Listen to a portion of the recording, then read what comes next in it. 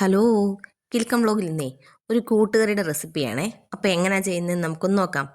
ആവശ്യമായ സാധനങ്ങൾ: നമ്മൾ തലേന്ന് കുതിർത്ത് വേവിച്ച കടല, പിന്നീട് ചതുര കഷ്ണങ്ങളാക്കിയെടുത്ത ചേന, ഏത്തയ്ക്ക, പച്ചമുളക്, കറിവേപ്പില. ഇത്രയും സാധനങ്ങൾ നമ്മുടെ സുന്ദരി ചട്ടി അങ്ങോട്ട് എടുത്തിട്ട് അതിലിത്തിരി വെളിച്ചെണ്ണ ഒഴിച്ച ശേഷം ഈ പച്ചക്കറികളെല്ലാം അങ്ങോട്ടിട്ട് ഒരു നുള്ളുപ്പും ഇത്തിരി മഞ്ഞൾപ്പൊടിയും ഇട്ട് അതിനെ വേവിക്കാനായിട്ട് വെക്കണം. ആവശ്യത്തിന് വെള്ളം ഒഴിച്ച് വേണം വേവിക്കാനായിട്ട് വെക്കാൻ. ഒരുപാട് വെള്ളം വേണ്ട, വേകാനുള്ള വെള്ളം മതിയേ. അത് വെന്ത് വരുമ്പോഴത്തേക്കും നമുക്ക് ഇതിലേക്കൊരു കൂട്ട് തയ്യാറാക്കാം. അതിനായിട്ട് നമുക്ക് തേങ്ങ വറുത്തെടുക്കണം.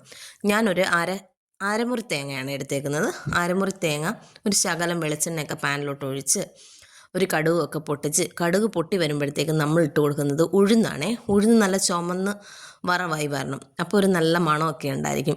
അതിലേക്ക് പിന്നെ നമ്മുടെ നല്ല ജീരകമാണ് ഇടുന്നത്. നല്ല ജീരകവും ഇട്ട് കറിവേപ്പിലയും വറ്റൽമുളകും ഇട്ട ശേഷം അതൊന്ന് റോസ്റ്റായി കഴിയുമ്പം നമ്മുടെ നാളികേരം അതിലേക്കിട്ട് ഒരു ബ്രൗൺ കളറാകുന്നിടം വരെ ഒന്ന് മൂപ്പിക്കണം. ആ ബ്രൗൺ കളറാകുന്ന ടൈമിൽ നമ്മൾ സിമ്മിലിട്ട് വേണം, തീ കയറി പോകരുതേ. നമ്മൾ ബ്രൗൺ കളറായി കഴിയുമ്പോൾ അതിൽ നിന്നും ഒരു 3/4 പങ്ക് തേങ്ങ നമ്മൾ ഇങ്ങനെ മാറ്റുന്നുണ്ട്. ആ ഒന്നെങ്കിൽ ക്രഷ് ചെയ്തെടുക്കാം, അല്ലെങ്കിൽ ഇത്തിരി കുറുകിയ കൂട്ടുകറിയാണ് വേണ്ടതെന്നുണ്ടെങ്കിൽ അത് ഇത്തിരി വെള്ളം ചേർത്ത് അരയ്ക്കാം. അല്ല ഒന്നിലൊന്നേ തൊടാതെ ഇരിക്കുന്ന കൂട്ടുകറിയാണെങ്കിൽ അങ്ങനെ.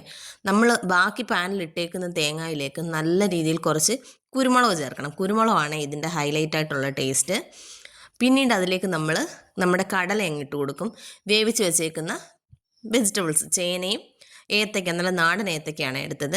ഇത്രയും കൂടി ഒന്ന് മിക്സായി വരുമ്പോഴത്തേക്കും നമ്മൾ എന്ത് ചെയ്യണം, മിക്സിയിലേക്ക് നമ്മൾ മാറ്റി വെച്ചിരിക്കുന്ന ആ തേങ്ങ നന്നായിട്ട് അരച്ച്, വെള്ളം ചേർത്ത് അരയ്ക്കേണ്ടവർക്ക് അങ്ങനെ അരയ്ക്കാം, അല്ലാതാണെന്നുണ്ടെങ്കിൽ ഇങ്ങനെ ക്രഷല്ല, നല്ല രീതിയിൽ പൊടിച്ചതാണ് അത്. അതും കൂടെ ചേർത്ത് നന്നായിട്ട് ഇളക്കുക. പിന്നെ ഒരു നിറത്തിൻ്റെ ഒരു ഇതിന് വേണ്ടി മാത്രമാണ് കുറച്ച് കാശ്മീരി ചില്ലി ഞാനൊന്ന് തൂകിയത്. ഇങ്ങനത്തെ കൂട്ടുകറി മതിയെങ്കിൽ അങ്ങനെ ചെയ്യാം. ഞാൻ പറഞ്ഞല്ലോ, തേങ്ങ ഇത്തിരി വെള്ളം ചേർത്ത് അരയ്ക്കുകയാണെങ്കിൽ നല്ല ഇച്ചിരി ഒന്ന് കുറുകിയ പോലെ ഇരിക്കും. അപ്പോൾ ഈ ചെറിയ വീഡിയോ ഇഷ്ടമായെങ്കിൽ ലൈക്ക് ചെയ്യാനും ഷെയർ ചെയ്യാനും സബ്സ്ക്രൈബ് ചെയ്യാനും ഒന്നും മറന്നു പോകരുത്. പിന്നെ ആ ബെൽ ബട്ടൺ കൂടി ഒന്ന് അമർത്തിയേക്കണേ.